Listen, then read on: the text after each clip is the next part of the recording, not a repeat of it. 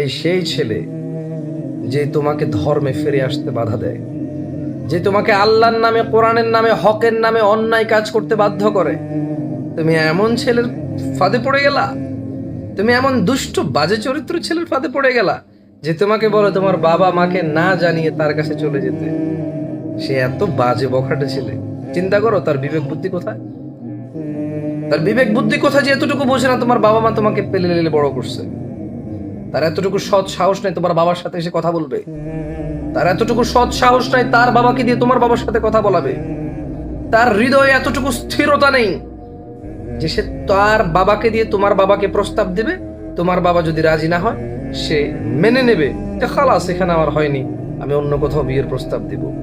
যার হৃদয়ে এতটুকু স্থিরতা নেই সে তোমাকে কিভাবে গ্রহণ করবে? তোমার অন্যায় ভবিষ্যতে কিভাবে সে মেনে নেবে?